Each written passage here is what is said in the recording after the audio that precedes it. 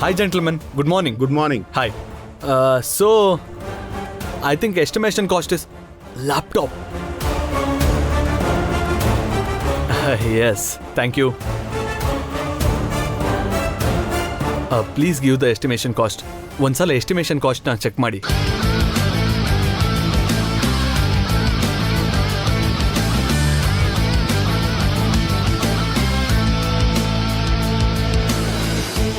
ನಿನ್ನ ಹೆಸರೇನು? ಹಾ, ಭುವಿ.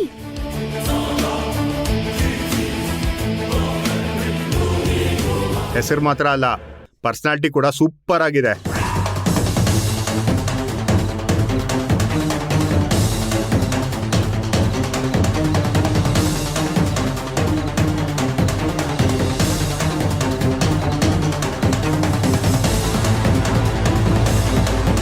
ಏನಾದರೂ ಡೌಟ್ಸ್ ಇದ್ರೆ ನೀವು ಕೇಳ್ಬೋದು. ಬಿಲ್ಡಿಂಗ್ ಕನ್ಸ್ಟ್ರಕ್ಷನ್ಸ್ಗೆ ಕಾಸ್ಟ್ ಜಾಸ್ತಿ ಆಗತ್ತೆ ಅನ್ಸುತ್ತೆ. ನೀವು ಶಾರದಾ ಎಂಟರ್ಪ್ರೈಸಸ್ಗಿಂತ ಮುಂಚೆ ತುಂಬ ಜನನ ಕನ್ಸಲ್ಟ್ ಮಾಡಿದ್ದೀರಾ ಅಂತ ನನಗೆ ಗೊತ್ತು. ಒಂದ್ಸಲಿ ಪ್ರಾಜೆಕ್ಟ್ ನೋಡೋಣ. ಶೋರ್. ಇದು ನೀವು ನನಗೆ ತೋರಿಸಿದ ಏರಿಯಾ. ಈ ಜಾಗದಲ್ಲಿ ಹೆಚ್ಚು ಕಡೆ ಗುಡ್ಗಳೇ ಇದೆ. ಸೊ ನಿಮಗೆ ಬೇಕಾಗಿರೋ ಹಾಗೆ ನಾವು ಈ ಪ್ರಾಜೆಕ್ಟ್ನ ಮಾಡಬೇಕು ಅಂದರೆ ಈ ಗುಡ್ಡ ಪೂರ್ತಿ ತೆಗಿಬೇಕು.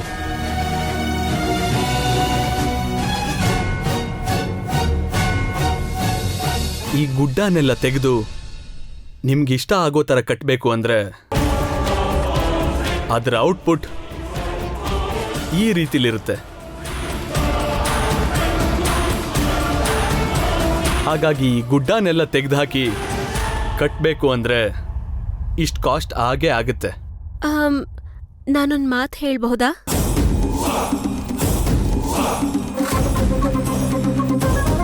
ಭೂವಿ, ನಿನ್ಗೇನು ಗೊತ್ತಾಗಲ್ಲ, ಸೈಲೆಂಟ್ ಆಗಿರು. ಏನೋ ಹೇಳ್ತೀನಿ ಅಂತಿದ್ದಾಳೆ ಅಲ್ವಾ, ಹೇಳಲಿ ಬಿಡಿ. ನೀನ್ ಹೇಳು ಭೂವಿ. ಪೂರ್ತಿ ಗುಡ್ಡನ ತೆಗೆದು ನಿಮಗೆ ಹೇಗ್ ಬೇಕೋ ಹಾಗೆ ಕಟ್ಬೇಕು ಅನ್ಕೋತಿದ್ದೀರಾ ಅಷ್ಟೇ ಅಲ್ವಾ? ಕರೆಕ್ಟ್. ಪೂರ್ತಿ ಗುಡ್ಡ ತೆಗೆದ್ರೆ ಖರ್ಚು ಜಾಸ್ತಿ ಆಗತ್ತೆ ಅಂತಿದ್ದಾರೆ. ಅಷ್ಟಕ್ಕೂ ಪೂರ್ತಿ ಗುಡ್ಡ ತೆಗೆದೆ ಸ್ವಲ್ಪ ಸ್ವಲ್ಪವಾಗಿ, ಅಂದ್ರೆ ಸ್ಟೆಪ್ಸ್ ತರ ಕಟ್ಟಿ, ಒಂದು ಸ್ಟೆಪ್ ಅಲ್ಲಿ ಶಾಪಿಂಗ್ ಮಾಲು, 2ನೇ ಸ್ಟೆಪ್ ಅಲ್ಲಿ ಶಾಪ್ಸು, ಜೊತೆಗೆ 3ನೇ ಸ್ಟೆಪ್ ಅಲ್ಲಿ ಥಿಯೇಟರ್ನ ಕಟ್ಟಿ ಆ ಗುಡ್ಡದ ಸುತ್ತ ಸಮಾನವಾಗಿ ಎಂಟ್ರೆನ್ಸ್ ವರ್ಗೂ ಸ್ಲ್ಯಾಬ್ ಹಾಕಿದ್ರೆ ನೋಡೋದಕ್ಕೆ ತುಂಬಾ ಅಟ್ರಾಕ್ಟಿವ್ ಆಗಿ ಕಾಣಿಸುತ್ತೆ. ಓಕೆ. ಪರಿಸರ ದೃಷ್ಟಿಯಿಂದನೂ ಭೂಕಂಪಗಳಿಂದ ಕೂಡ ತಡ್ಕೊಳ್ಳುತ್ತೆ.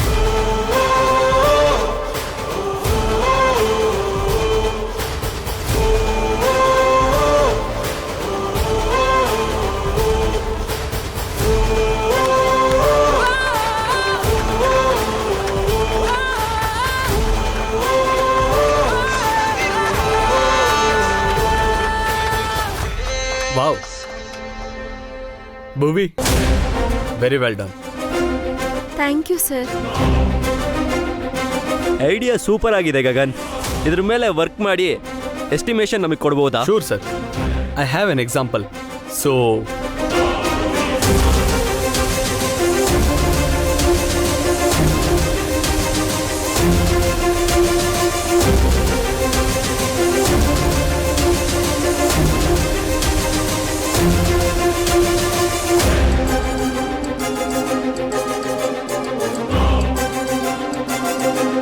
ಭುವಿ, 1 ನಿಮಿಷ ನನ್ನ ಜೊತೆ ಬಾರಮ್ಮ.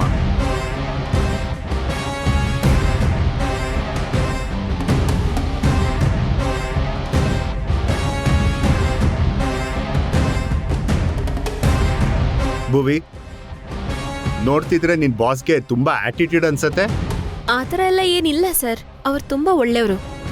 ಏನ್ ಒಳ್ಳೆಯವನು, ನಿಂಗೆ ಮಾತಾಡೋಕ್ಕೆ ಚಾನ್ಸೇ ಕೊಡ್ಲಿಲ್ಲ ಅಲ್ವಾ? ನಾನಲ್ವಾ ಹೇಳಿದ್ದು ಮಾತಾಡು ಅಂತ. ಅವನ ಜೊತೆಗಿದ್ರೆ ನೀನ್ ಬೆಳೆಯಲ್ಲ. ನಿನ್ನಂತ ಅಂದವಾದ ಬುದ್ಧಿವಂತ ಹುಡುಗಿ ನನ್ನ ಜೊತೆ ಇರಬೇಕು. ಅವನೆಷ್ಟು ಕೊಡ್ತಿದ್ದಾನೋ ಅದಕ್ಕಿಂತ ಡಬಲ್ ಸ್ಯಾಲರಿ ಕೊಡ್ತೀನಿ. ನಂಗೆ PA ಆಗಿ ಬಾ. ಎಕ್ಸ್ಕ್ಯೂಸ್ ಮೀ, ಏನಂತೀಯಾ? ಏಯ್ ಏ ಗಗನ್, ನನ್ಗೆ ಏ ಅಂತ್ಯಾ? ಹೌದು, ನಿನ್ ಅನ್ಬಾರ್ದು, ಹೀಗೆ ಹೊಡಿಬೇಕು. ಏಯ್, ನನ್ಗೆ ಹೊಡಿತೀಯಾ? ನಿಂಗೆ ಕಾಂಟ್ರಾಕ್ಟ್ ಸಿಗಲ್ಲ ಕಣೋ. ನೀನೇನೋ ಕ್ಯಾನ್ಸಲ್ ಮಾಡೋದು ಕಾಂಟ್ರಾಕ್ಟ್ನ. ನನ್ಗೆ ಈ ಕಾಂಟ್ರಾಕ್ಟೇ ಬೇಡ. ಅಯ್ಯೋ ಸರ್, ಸರ್ ಏನ್ ಸರ್, ಏನ್ ಮಾತಾಡ್ತಿದ್ದೀರಾ? ಸುಮ್ಮನೆ ಇರು ಭುವಿ. ಬಂದಾಗಿಂದ ನೋಡ್ತಾನೆ ಇದ್ದೀನಿ, ಇವನ್ ಬಿಹೇವಿಯರ್ ಎರಡೂ ಇಷ್ಟ ಆಗ್ತಾ ಇಲ್ಲ. ನನಗೆ ನೀನು ಬೇಡ, ನಿನ್ ಪ್ರಾಜೆಕ್ಟು ಬೇಡ. ಬಾ ಭುವಿ. ಸರ್,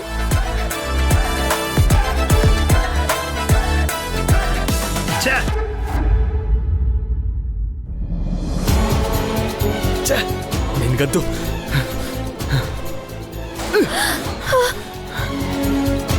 ಏನಾಯ್ತು ನಿಮ್ಗೆ? ನೀನ್ ಮಾತಾಡ್ಬೇಡ.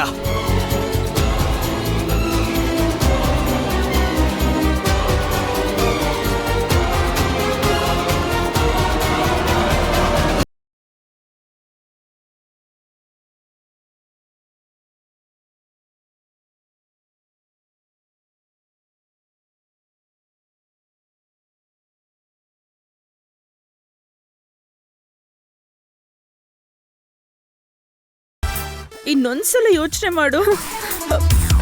ನಿನ್ ಮಮ್ಮಿ ನೋಡು, ನಿನ್ ಮಮ್ಮಿ ಪ್ರೆಸ್ಟೀಜ್ ಕೂಡ ನಿನಗೆ ಮುಖ್ಯನೇ ಅಲ್ವಾ? ಅಯ್ಯೋ, ಯಾರ ನೆರಳು ಕೂಡ ನಮ್ಮ ಮನೆ ಹತ್ರ ಬೀಳಬಾರ್ದು ಅಂತ ನಾನು ಇಷ್ಟು ದಿನ ಅಂದ್ಕೊಂಡಿದ್ದು. ನೇರವಾಗಿ ಅವ್ರ ಆಫೀಸ್ಗೆ ಕರ್ಕೊಂಡು ಬಂದು ನಿಲ್ಸಿದೆ ನನ್ನ. ಬಂದಾಯ್ತಲ್ವಾ, ಒಳಗೋಗಿ ಭಾವನ್ ಜೊತೆ ನಮ್ಮ ಮದ್ವೆ ವಿಷಯ ಮಾತಾಡ್ದೆ ಅನ್ಕೋ, ಒಂದ್ ಕೆಲ್ಸ ಆಗೋಗುತ್ತೆ. ಅಷ್ಟೇನಾ? ಹಾಗಾದ್ರೆ ನಾನು ಪ್ರೆಸ್ಟೀಜ್ ಬಗ್ಗೆ ಯೋಚನೆ ಮಾಡಲ್ಲ ಅಂತೀಯ? ಪ್ರೆಸ್ಟೀಜು, ಓಲ್ಡ್ ಏಜು ಎಲ್ಲ ಓಲ್ಡ್ ಥಾಟ್ಸ್ ಮಮ್ಮಿ. ಈಗ ನ್ಯೂ ಥಾಟ್ ಏನು ಅಂದ್ರೆ ಮಕ್ಕಳ ಆಸೆಗೋಸ್ಕರ ತಾಯಿ ಸತ್ ಹೋಗೋದು. ಅದನ್ನ ಫಾಲೋ ಮಾಡು ಮಮ್ಮಿ. ಈಗ ಹೋಗೋಣ, ಬಾ ಬಾ ಬಾ ಬಾ ಮಮ್ಮಿ. ಏನಾಯ್ತು ನಿಮ್ಗೆ? ಬಂಗಾರದಂತ ಪ್ರಾಜೆಕ್ಟ್ನ ಬೇಡ ಅಂದ್ರಿ. ಓ, ನಾನ್ ಐಡಿಯಾ ಕೊಟ್ಟೆ ಅಂತನಾ? ನಿನಗೆ ಮಾತಾಡ್ಬೇಡ ಅಂದೆ ಅಲ್ವಾ? ಅಷ್ಟಕ್ಕೂ ಈ ತುಂಡು ಬಟ್ಟೆ ನಿನ್ಗೆ ಯಾರು ಹಾಕು ಅಂತ ಹೇಳಿದ್ದು? ಇದೊಳ್ಳೆ ಚೆನ್ನಾಗಿದೆ. ಕಾರ್ಪೊರೇಟೋ ಅಂತ ನೀವೇ ಅಲ್ವಾ ಹೇಳಿದ್ದು? ಆರ್ಡರ್ ಮಾಡೋ ತರ ಕೊಟ್ರಿ ಈ ತುಂಡು ಬಟ್ಟೆನ. ಕೊಟ್ಟಿದ್ ಮಾತ್ರಕ್ಕೆ ಹಾಕೊಂಡ್ಬಿಡ್ತೀಯಾ? ಬೇಡ ಅಂತ ಹೇಳ್ಬೇಕು ಅಲ್ವಾ? ಅದು ಆಗಿರೋದೆ. ಏನಾಯ್ತು ಅಂತ ಒಂದ್ಸಲ ನೆನಪು ಮಾಡ್ಕೊಳ್ಳಿ. ಈ ತರದ್ ಹಾಕೋಬೇಕಾ? ಈಗ ನಾವು ಒಂದು ಮೀಟಿಂಗ್ಗೆ ಹೋಗ್ಬೇಕು. ನಿನ್ನ ಈ ಅವತಾರದಲ್ಲಿ ಕರ್ಕೊಂಡು ಹೋದ್ರೆ ನನ್ PA ಅಂತ ಅನ್ಕೊಳಲ್ಲ, ನಮ್ಮ ಮನೆ ಕೆಲ್ಸದವಳು ಅಂತ ಅನ್ಕೋತಾರೆ. ಈ ಡ್ರೆಸ್ನ ನಾನ್ ಬೇಡ ಅಂತ ಹೇಳ್ದೆ. ನನ್ ಮಾತ್ ಕೇಳಿದ್ರಾ? ಸರಿ ಡ್ರೆಸ್ ಚೇಂಜ್ ಮಾಡ್ಕೊಂಬಾ, ನೋಡೋಕ್ಕಾಗ್ತಾ ಇಲ್ಲ. ಹಾಕೋ ಅಂತ ಹೇಳೋಕ್ ಮೊದ್ಲು ಇರ್ಬೇಕಿತ್ತು. ಅದೇ ಸರ್, ಹಾಕೋ ಅಂತ ಹೇಳೋ ಮೊದ್ಲು ಯೋಚನೆ ಮಾಡ್ಬೇಕಿತ್ತು ಅಂತ ಹೇಳ್ದೆ.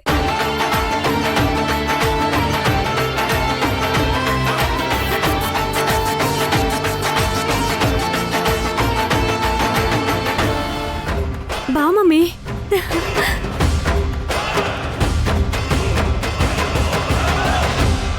ಮಮ್ಮಿ, ಅಲ್ ನೋಡು, ಅದೇ ಕ್ಯಾಬಿನ್ ಮಮ್ಮಿ. ಸರಿ, ನೀನ್ ಇಲ್ಲೇ ಇರು, ನಾನು ಹೋಗಿ ಮಾತಾಡ್ಕೊಂಡು ಬರ್ತೀನಿ. ಹಾ, ನಾನ್ ಕೂಡ ಬರ್ತೀನಿ. ಶೋ, ಹೋಗಿ ಅವನ ಜೊತೆ ನಿನ್ ಮದುವೆ ಬಗ್ಗೆ ನೀನೇ ಮಾತಾಡ್ಕೊಂಡು ಮದುವೆ ಫಿಕ್ಸ್ ಮಾಡ್ಕೊಂಡ್ ಬಾ.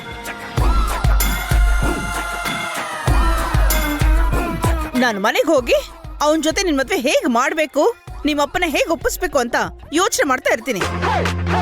ಹೋಗು. ನೀನಿಷ್ಟು ಸೀರಿಯಸ್ ಆಗಿದ್ರೆ ಭಾವ ಒಪ್ಕೊಳ್ಳಲ್ಲ ಮಮ್ಮಿ. ನಾನು ಕ್ಯಾಬಿನ್ ಹೊರಗೆ ಇರ್ತೀನಿ, ನೀನ್ ಹೋಗಿ ಮಾತಾಡ್ಕೊಂಡ್ ಬಾ.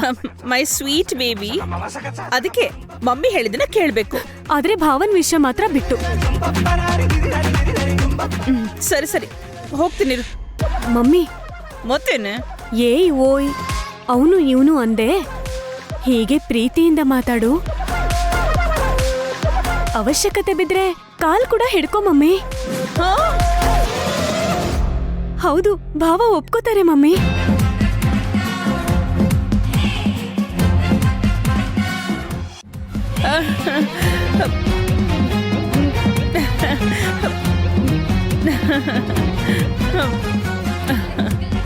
ಅಶ್ಶೋ.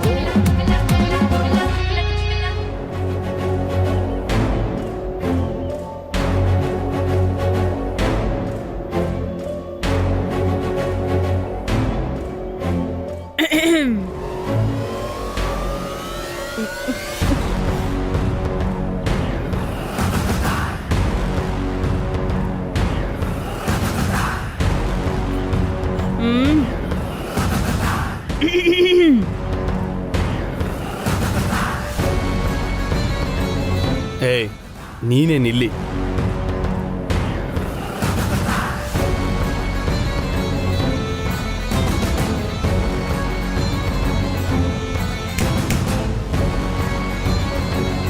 ಹಲೋ ಅಪೂರ್ವ, ಕೇಳ್ತಾ ಇರೋದು ನಿನ್ನೆ.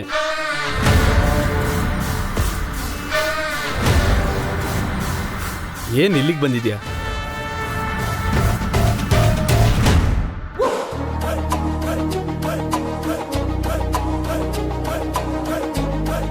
ಓಹೋ, ದೇವಸ್ಥಾನದಲ್ಲಿ ರಶ್ ಇದೆ ಅಂತ ನಾನು ಕೂಡ ದೇವ್ರ ತರ ಅಂತ ಅನ್ಕೊಂಡು ದರ್ಶನ ಮಾಡಕ್ ಬಂದ್ಯಾ ಹಿಂಗೆ? ನನ್ ಮಗಳದು ಪ್ರೀತಿ ಅನ್ನೋ ದರಿದ್ರ ನನ್ನ ಇಲ್ಲಿವರೆಗೂ ಬರೋ ಹೋಗಿ ಮಾಡ್ತು ಕಣೋ. ಓ, ದರಿದ್ರ ಹೊರಗಡೆ, ಆದ್ರೆ ಮಮ್ಮಿ ಒಳಗ್ ಬಂದಿದೆ ಅಂತ ಆಯ್ತು.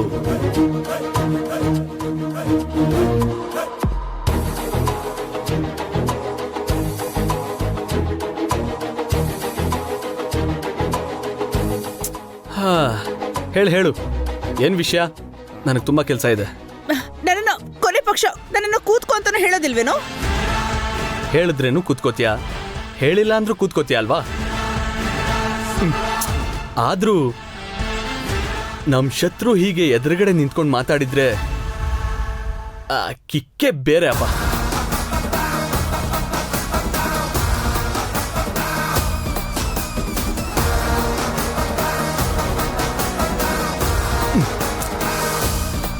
ನೀನ್ ಡ್ಯೂಯಲ್ ರೋಲ್ ಆಕ್ಟಿಂಗ್ ನನ್ನ ಕೈಯಲ್ಲಿ ನೋಡಕ್ಕಾಗ್ತಾ ಇಲ್ಲ. ಮ್ಯಾಟ್ರೇನ್ ಹೇಳು?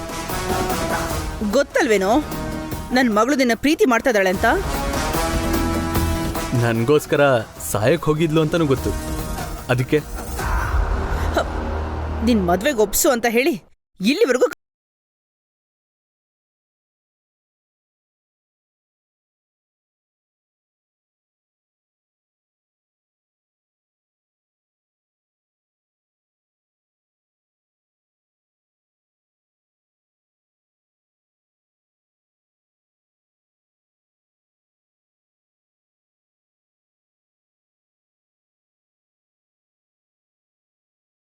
ಇದೇ ಮಾತ್ ಮೇಲಿರೋ. ಏನೇ ಮಾಡಿದ್ರು ಸರಿ, ಕೊನೆಗೆ ನಾನೇ ಬಂದು ನಿನ್ ಕಾಲ್ ಹಿಡ್ಕೊಂಡ್ರು ಸರಿ, ನನ್ ಮಗಳ ಜೊತೆ ಮದ್ವೆಗೆ ಒಪ್ಕೊಳ್ಬೇಡ. ಇದೇ ವಿಷಯನ ಅವಳು ಸಾಯೋ ನಿರ್ಧಾರ ತಗೊಳ್ತಾ ಇರೋ ತರ ಸ್ವಲ್ಪ ಸಾಫ್ಟ್ ಆಗಿ ಹೇಳು. ಅರ್ಥ ಆಯ್ತಾ? ಅವಳು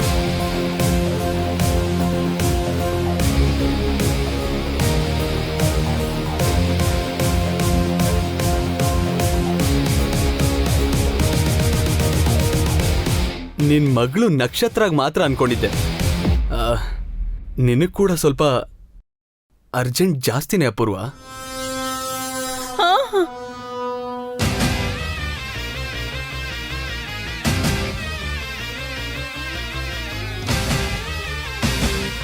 ನಾನ್ ಹೇಳೋದನ್ನ ಪೂರ್ತಿಯಾಗಿ ಕೇಳಿಸ್ಕೊಳ್ದೇನೆ ಮಧ್ಯದಲ್ಲೇ ಬಾಯಿ ಹಾಕ್ತೀಯಲ್ಲ. ಏನ್ ಮಾತಾಡ್ತಿದ್ಯಾ? ಏ ಸ್ವಲ್ಪ ಇರೇ, ಬರ್ತೀನಿ ಇರು.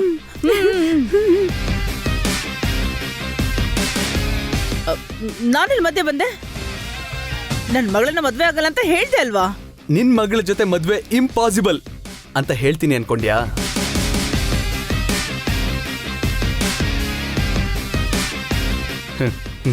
ನಾನ್ ಹಾಗೆ ಹೇಳಲ್ಲ.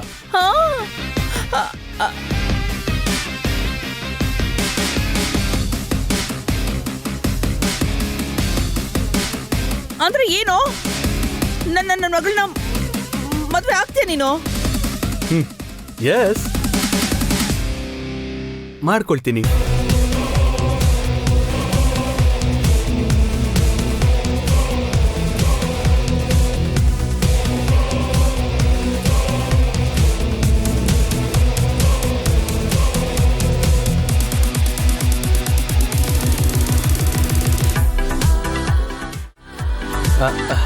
ಹಾಯ್. ನಾನು ನಕ್ಷತ್ರನ ಮದುವೆ ಮಾಡ್ಕೋತೀನಿ.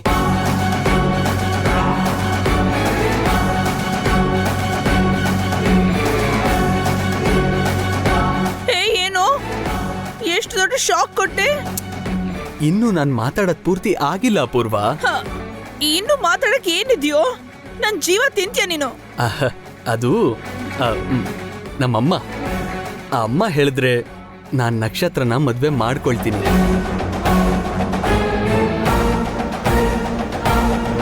ಅಮ್ಮ ಯಾರನ್ನ ಮದುವೆ ಆಗು ಅಂತ ಹೇಳ್ತಾರೋ ನಾನು ಅವ್ರನ್ನೇ ಮದುವೆ ಮಾಡ್ಕೊಳ್ತೀನಿ.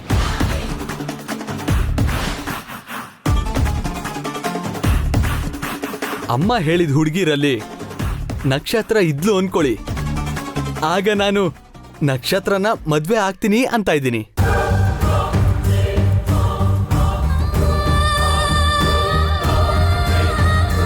ಭಾವನ್ ಜೊತೆ ನನ್ ಮದುವೆಗೆ ನಿನ್ನೆನೆ ಶಾರದಾ ಅತ್ತೆ ಒಪ್ಕೊಂಡ್ರು. ಈಗ ನಾನು ಹೇಳಿದ ಪೂರ್ತಿ ಆಯ್ತು. ಇಷ್ಟೆಲ್ಲ ಹೇಳದ್ಮೇಲೆ ಇನ್ನೂ ಹೇಳೋದಕ್ಕೆ ಏನಿದ್ಯೋ? ನನ್ ಬೆನ್ನಿಗೆ ಹತ್ತಿದ್ ಬೇತಾಳ. ಒಪ್ಕೊಂಡ್ರೆ ನಿಮ್ ಮದ್ವೆ ಯಾವಾಗ ಮಾಡ್ಬೇಕು ಅಂತ ನಿಮ್ಮಮ್ಮ ಒಂದ್ ಕಡೆ ನೋಡ್ತಾ ಇದ್ದಾಳೆ. ನಿನ್ ಜೊತೆ ಹೇಗಾದ್ರೂ ಮದ್ವೆ ಆದ್ರೆ ಸಾಕು ಅಂತ ನನ್ನ ಮಗಳು ಅಂದ್ಕೋತಾ ಇದ್ದಾಳೆ.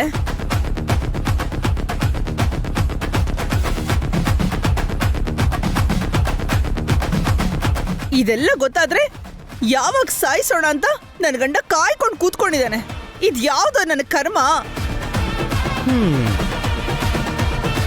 ನನ್ನ ಕೇಳಿದ್ರೆ ನನ್ಗೆ ಹೇಗ್ ಗೊತ್ತಾಗುತ್ತೆ? ಅನ್ಭವ್ಸದ್ ನೀನು. ಆಗ್ಬಾರ್ದು ಅನ್ಕೊಂಡ್ರೆ ನಮ್ಮಮ್ಮನ್ ಕಾಲಿಗೆ ಬಿದ್ದು ನಮ್ಮಮ್ಮನ್ನ ನಿಮ್ ಮಗಳ ಜೊತೆ ಮದ್ವೆಗೆ ಒಪ್ಕೊಳ್ದೇ ಇರೋ ಹಾಗೆ ನೀನ್ ಬೇಡ್ಕೋ.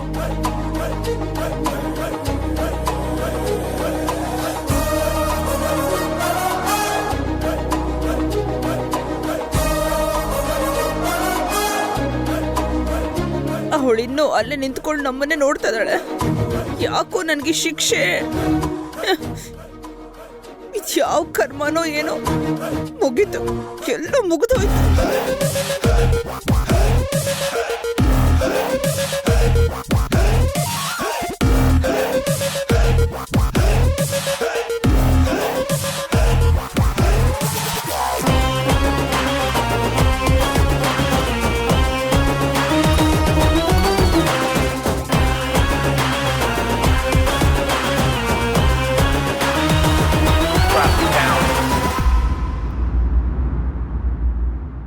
ಮಮ್ಮಿ ಮಮ್ಮಿ ಮಮ್ಮಿ ಏನಾಯ್ತು ಮಮ್ಮಿ? ಭಾವ ಏನ್ ಹೇಳ್ದ? ಎಷ್ಟೇ ಬೇಡ್ಕೊಂಡ್ರು ಒಪ್ಕೊಳ್ತಾ ಇಲ್ಲ ಕಣೆ. ಒಪ್ಕೊಳ್ತಿಲ್ವಾ? ಹಾಗಾದ್ರೆ ನಾನೊಂದ್ಸಲ ಭಾವನ್ ಜೊತೆ ಮಾತಾಡ್ಕೊಂಡು ಬರ್ತೀನಿ. ಅದು ನಾನು ಅವನ್ನ ತುಂಬಾ ಬೇಡ್ಕೊಂಡ್ಮೇಲೆ ಒಂದ್ ವೇಳೆ ಅವ್ರ ಅಮ್ಮನ್ಗಿಷ್ಟ ಆದ್ರೆ ಮದ್ವೆ ಆಗ್ತೀನಿ ಅಂದ. ಹಾಗಾದ್ರೆ ಅತ್ತೆಗೆ ಇಷ್ಟನೇ ಅಲ್ವಾ? ಇನ್ನು ನನ್ ಮದ್ವೆ ಆದ ಹಾಗೆ. ಒಂದ್ ನಿಮಿಷ ಇರು.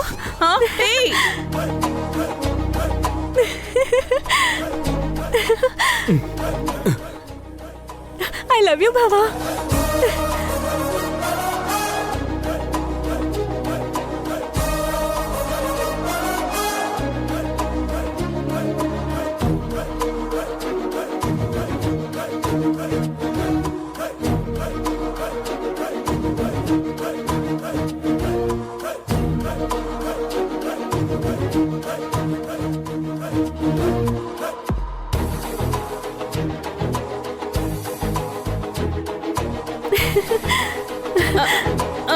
ಬಾ ಹೋಗೋಣ. ಏನಾಯ್ತು ಇವಳಿಗೆ? ಅಶ್ಶೋ,